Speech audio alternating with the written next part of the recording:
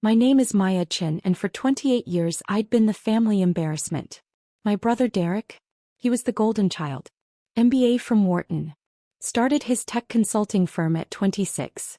Drove a Tesla Model S. Wore custom suits.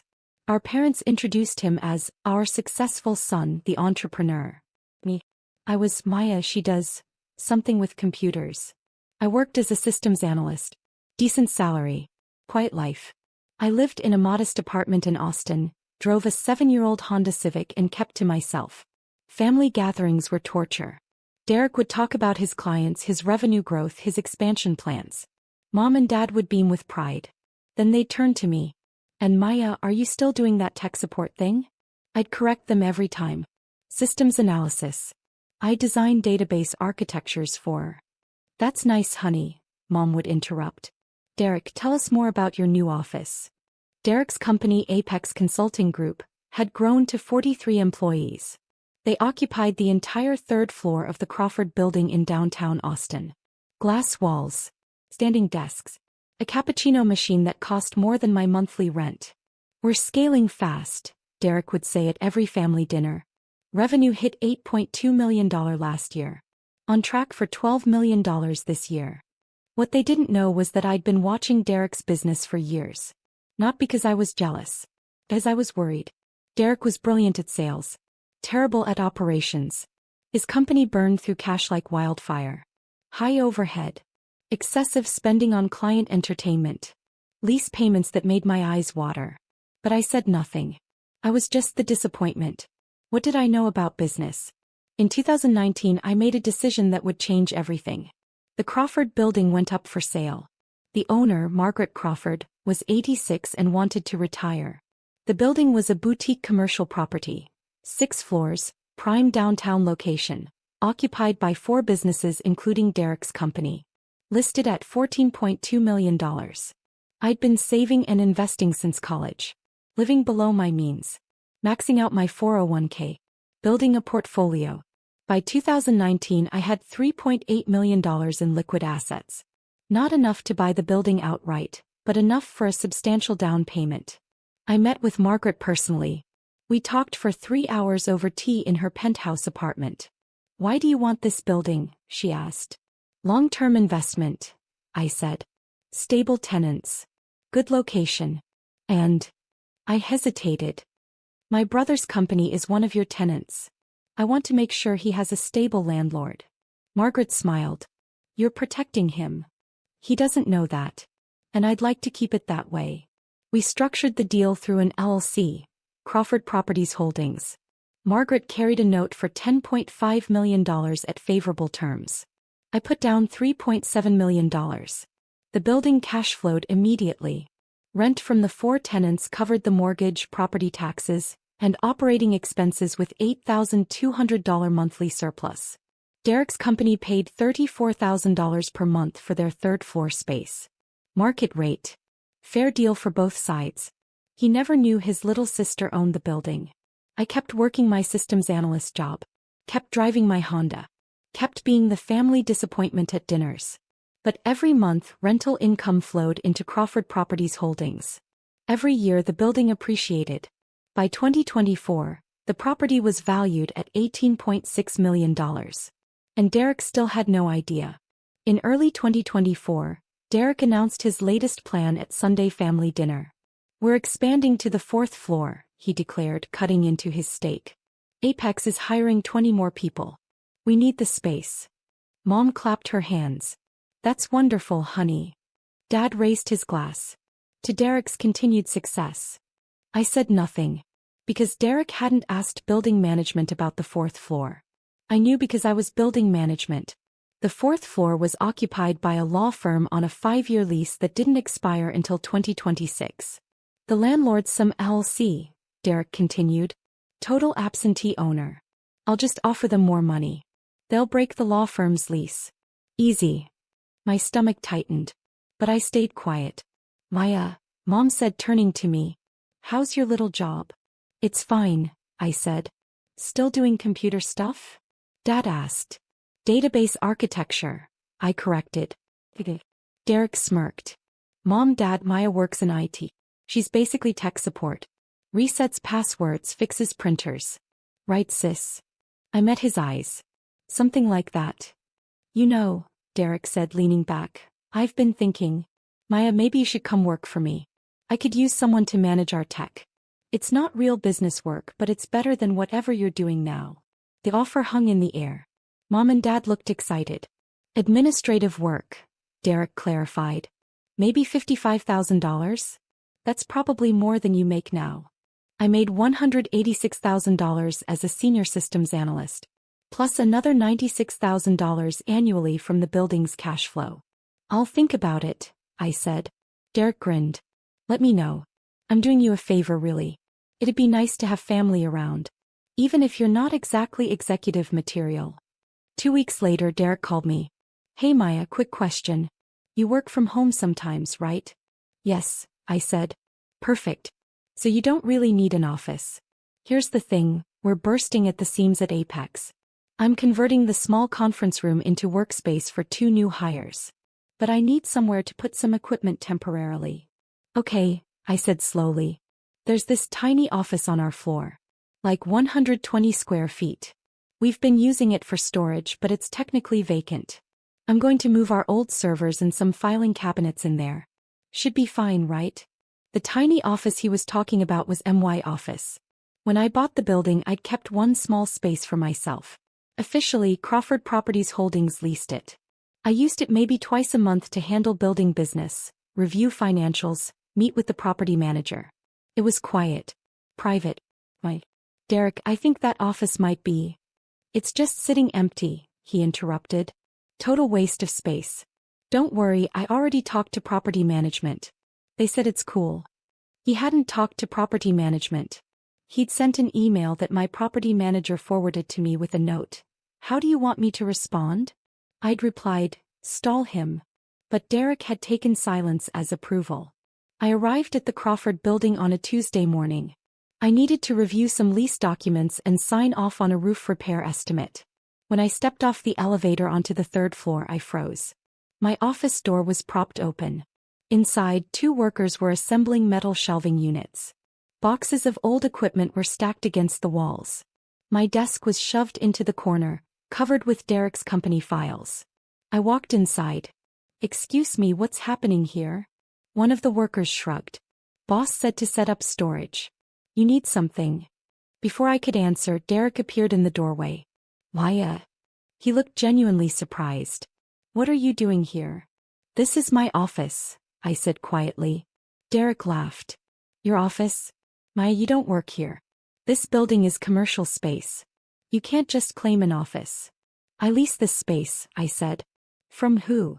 Derek crossed his arms. Come on, sis. I know you're struggling, but you can't squat in my building. Your building. Apex's building, Derek corrected. We're the anchor tenant. We basically run this place. Look, I get it. You probably thought no one would notice. But this is professional space. For actual businesses. The workers had stopped assembling shelves. They were watching us. Derek, I have a lease agreement for this office. Sure you do, Derek said. Let me guess. You made friends with someone in property management and they're letting you use it under the table? Maya, that's not how the real world works. My phone was in my hand. I could have pulled up the LLC documents right there. Shown him the ownership structure. Ended this immediately. But something stopped me. I wanted to see how far he'd go. I need you to move your equipment out, I said calmly. Derek's smile faded. Are you serious right now? Maya, I have a business to run. Real employees. Real revenue. Real responsibilities. You're going to throw a tantrum over 120 square feet. It's my office. It's storage, Derek snapped. And frankly, I'm doing you a favor by even explaining this. Most landlords would have just changed the locks. You're not the landlord, I said. No, but I'm the one who pays $34,000 a month to keep this floor running. That gives me some authority. Unlike you, who probably can't even afford a storage unit. The workers were openly uncomfortable now. Derek stepped closer. Here's what's going to happen. You're going to take whatever personal items you have in here. And let's be honest, it's probably just a laptop and some sad desk plants. And you're going to leave. If you have a problem with that, you can take it up with building management. but I guarantee they're going to side with their biggest tenant. I looked at my desk, at the shelving units, at my brother's face twisted with condescension. Hey, I said. Derek blinked. Okay. I'll clear out my things. The triumph in his expression made my stomach turn. Good. That wasn't so hard. And hey, if you really need office space, I'm sure we can find a Starbucks with Wi-Fi. I started gathering my belongings. A few files. A framed photo. My desk lamp. Derek watched from the doorway. You know, Maya, this is why you haven't gotten ahead in life. No backbone. No fight. Just acceptance. Mom and Dad tried to raise us both to be ambitious, but I guess some people are just built different. I unplugged my laptop. I mean, look at you, Derek continued. 28 years old, working some entry-level IT job, can't even afford real office space. Meanwhile, I'm running a multi-million-dollar company. Do you understand the gap between us? I packed my files into a box. It's not an insult, Derek said. It's just reality. Some people are leaders. Some people are support staff. There's no shame in that. Well, maybe a little shame. But that's life. I picked up my box. Looked at him one last time. I'll be out of your way, I said. Derek clapped me on the shoulder as I walked past. There you go. See, this is growth. Accepting your limitations. I'm proud of you, sis. I walked to the elevator. Pressed the button. The doors opened. As they closed, I pulled out my phone. Opened my email. Found the message from my property manager. Still want me to stall Derek on the 4th floor expansion? I typed a response. No. Send him the formal lease denial. And prepare eviction paperwork for his company. 30-day notice. Effective immediately. I hit send. Then I called my attorney. Rachel, it's Maya. I need you to draft a formal lease termination for Apex Consulting Group. Yes, the whole floor. Breach of lease terms. Unauthorized use of non-leased space. Hostile behavior toward building ownership. I want it delivered by process server tomorrow morning at 8 a.m. I didn't sleep much that night. Not because I was nervous. Because I was meticulous. I reviewed every document.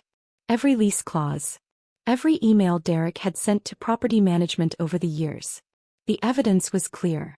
Apex Consulting had made unauthorized modifications to their space without approval. Accessed and occupied non-leased areas. Repeatedly ignored property management communications. Failed to maintain required insurance coverage discovered in my review. Any one of these was grounds for lease termination. At 7:45 a.m., I sat in my car across the street from the Crawford building. I watched the process server enter.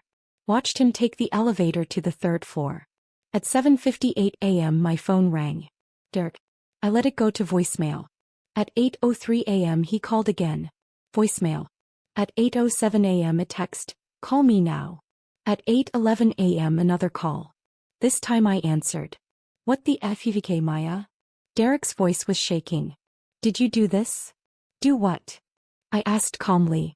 Some guy just served us with an eviction notice. Says we have 30 days to vacate. This is insane. I'm calling a lawyer. You should read the notice carefully, I said. It outlines the lease violations. Lease violations? We're the best tenant in this building. We pay on time. He stopped. Wait. How do you know about the notice? Maya. What did you do? I took a breath. I didn't do anything, Derek. Crawford Properties Holdings LLC made a business decision to terminate your lease. Silence. Then, what the hell is Crawford Properties Holdings? The company that owns the building you're standing in. More silence. What does that have to do with you? I'm the managing member, I said. I've owned the building since 2019. I could hear Derek breathing. You're lying. The ownership documents are public record, I said. Travis County Clerk's Office. You can look them up yourself. There's no way you could afford. I purchased it for $14.2 million with seller financing. The building's current value is approximately $18.6 million. Your company pays $34,000 monthly in rent. Well paid. Past tense now. Why? His voice cracked. You can't do this. We have 43 employees. We have clients. We have contracts. We can't just move in 30 days. You should have thought about that before you kicked me out of my office. That was a storage room. It was leased space, I said. To my LLC. You occupied it without authorization. You also accessed the fourth-floor stairwell last month without permission, made modifications to the HVAC system without approval, and failed to maintain the required $2 million liability insurance policy as specified in Section 7.3 of your lease. How do you? I'm the landlord, Derek. I know everything that happens in my building. I could hear him breathing heavily. Please, he said finally. Maya, please. I'm sorry about yesterday. I was stressed. I didn't mean those things. You can have the office back. You can have 2 offices. Just, please don't do this. The eviction stands, I said. Our business will collapse. Derek shouted. Do you understand that? We can't find new space in 30 days. We'll lose clients. People will lose their jobs. You're destroying everything I've built. No, I said quietly. You built your business on leased space. You never owned the foundation. And you treated the person who actually owned it like garbage. I'm your brother. Yes, I said. You are. The brother who called me support staff. Who said I had no backbone. Who offered me a $55,000 job as a favor when I make $186,000 a year. Who mocked me at every family dinner for 12 years. The brother who told Mom and Dad I was the family embarrassment. Who said I'd never amount to anything. Who kicked me out of my own building. Derek was crying now. I could hear it. I'll tell Mom and Dad, he said. They'll make you stop. Tell them what? I asked. That the daughter they've ignored for years owns a $18.6 million commercial property? That the disappointment has been your landlord for 5 years? Go ahead. I'd love to hear that conversation. You're destroying me, Derek whispered. No, I said. I'm running my business. Just like you taught me. I'm making a decision based on what's best for my asset. You're a problematic tenant. You're being removed. It's nothing personal. Just business. I hung up. At 9:47 a.m., exactly as I'd expected, the calls from Mom and Dad started. I let them all go to voicemail. By noon I had 47 missed calls and 89 text messages. Mom, Maya Renachin, call me right now. Dad, what did you do to your brother? Derek, I'll sue you for everything. Mom, how could you be so cruel? Derek, please, I'm begging you. Dad, this family is falling apart because of you. Derek's business partner Aaron, we need to talk. Please. I was sitting in a coffee shop reviewing the lease termination with my attorney on Zoom. They have any grounds to fight this? I asked Rachel. She shook her head. The lease violations are clear and documented. They occupied non-leased space, made unauthorized modifications, and they're 2 months behind on their insurance requirement. Any judge would uphold this termination. How long before they're actually out? If they comply, 30 days.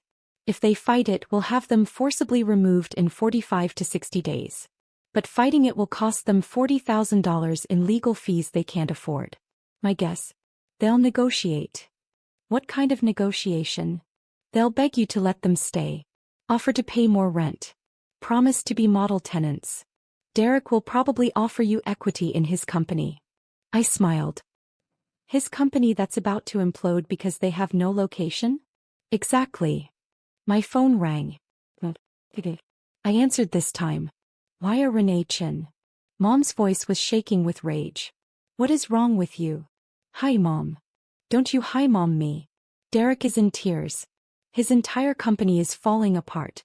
And you're doing this to punish him over some office. I'm terminating a lease with a problematic tenant. He's your brother. Yes, I said. And for 28 years, you've made it very clear which child you value more. I'm simply running my business. Your business. Mom laughed bitterly. Maya, stop this fantasy. You can't afford to own a building. Is this some scam? Did you forge documents? Because Derek's lawyer is going to. Mom, I bought the Crawford building in 2019 for $14.2 million. I've owned it for 5 years. Derek's company has been paying me $34,000 monthly in rent. That's $2.04 million I've collected from him over the years. You can verify all of this through public records. Silence. You're lying, Mom finally said. But her voice was uncertain. Travis County Clerk. Property records. Crawford Properties Holdings LC. I'm the registered agent. How? Where did you get $14 million? I didn't need $14 million. I needed $3.7 million for the down payment. I've been saving since college. Investing. Living below my means while Derek drove his Tesla and you bragged about his success. But you're just tech support. I finished. That's what you call it, right? I'm a senior systems analyst, Mom. I design database architectures for Fortune 500 companies. I make $186,000 a year, plus another $96,000 annually from the building cash flow. I could hear her breathing. Why didn't you tell us? She whispered. Because every time I tried, you cut me off to ask Derek about his business. Because every family dinner became a celebration of Derek and a dismissal of me. Because you introduced him as our successful son, and me as Maya, she does something with computers. Because telling you would have required you to actually listen to me. And you never did. Maya, that's not fair. Derek called me support staff on Sunday. Offered me a $55,000 job as charity. You and Dad laughed. You thought it was generous. He was trying to help you. I don't need his help, Mom. I never did. I needed my family to see me. To respect me.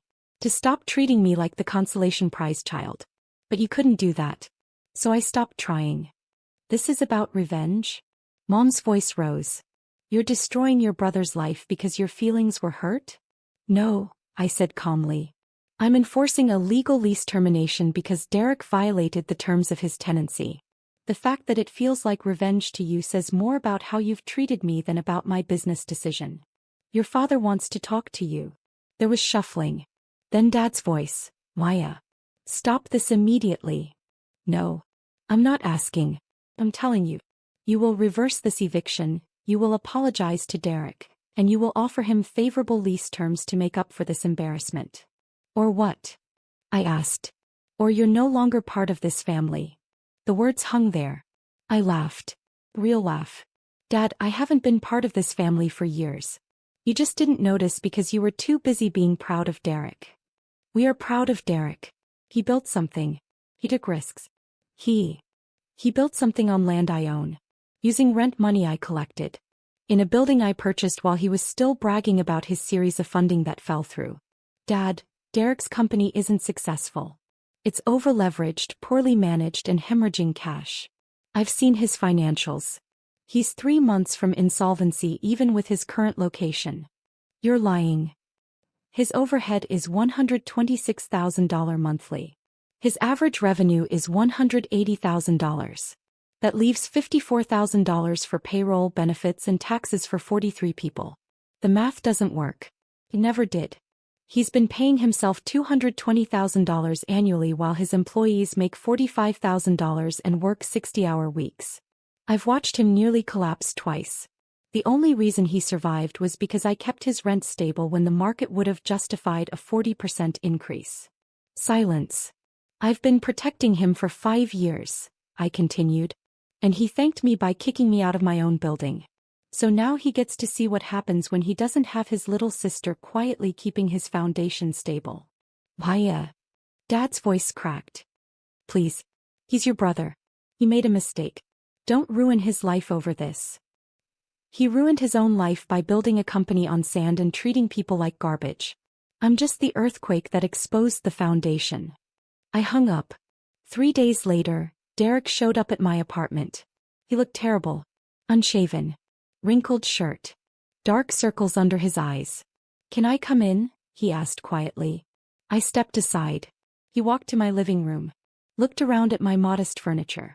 My 7-year-old TV. My bookshelf full of technical manuals. You really do live like this, he said. It's not an act. Why would it be an act? Derek sank onto my couch. Put his head in his hands. I spent the last 3 days going through everything. The property records. The purchase documents. It's all real. Yes. You've owned my building for 5 years. Yes. And you never said anything. Would you have listened? I asked. Derek looked up at me. His eyes were red. Probably not. I sat in the chair across from him. I can't move Apex in 30 days, he said. I've been calling every property manager in Austin. There's nothing available that fits our needs and budget. Even if there was, the disruption would kill us. We'd lose at least 6 clients during the transition. That's $2.8 million in annual revenue.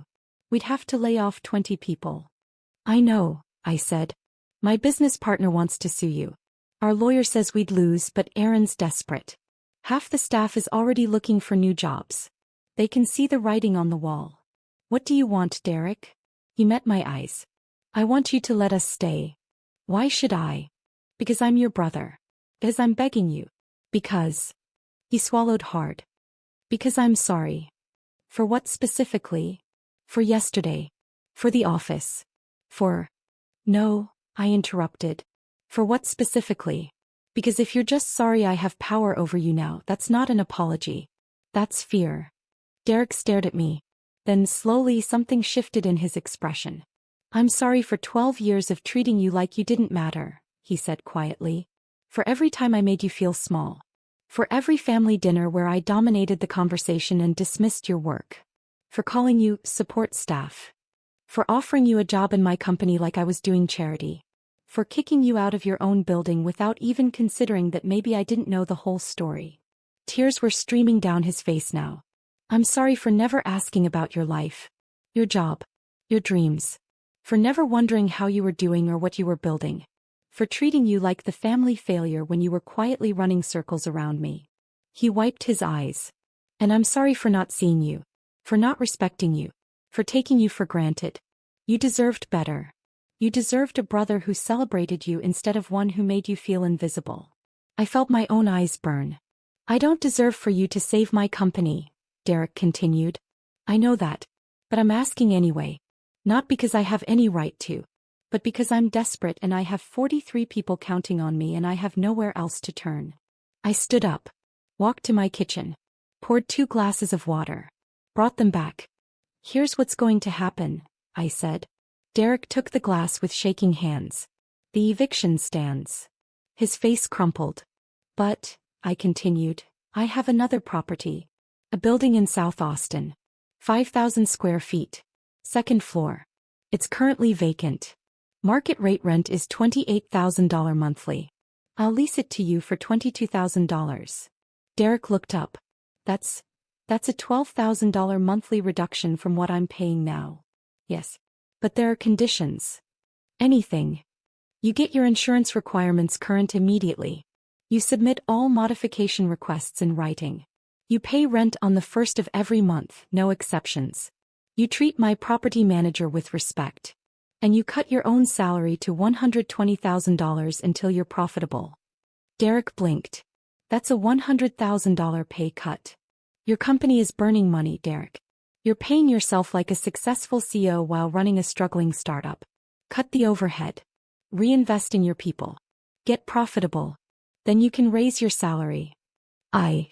He nodded slowly. Yes. I'll do it. One more condition. What? Sunday family dinner. You tell Mom and Dad the truth. All of it. My job. My income. The building. How long you've been my tenant. Everything. Derek swallowed hard. They're going to be devastated. Good, I said. Maybe they'll finally see me. That Sunday, Derek and I arrived at our parents' house together. Mom opened the door. Her eyes were puffy. She'd been crying. Maya, sweetheart. Let's eat first, I said. Then we'll talk. Dinner was silent. Awkward. Dad couldn't look at me. Mom kept starting to speak, then stopping. Finally, over coffee, Derek cleared his throat. Mom, Dad, I need to tell you something. They looked at him. For the past 5 years, I've been renting office space from Maya. Mom frowned.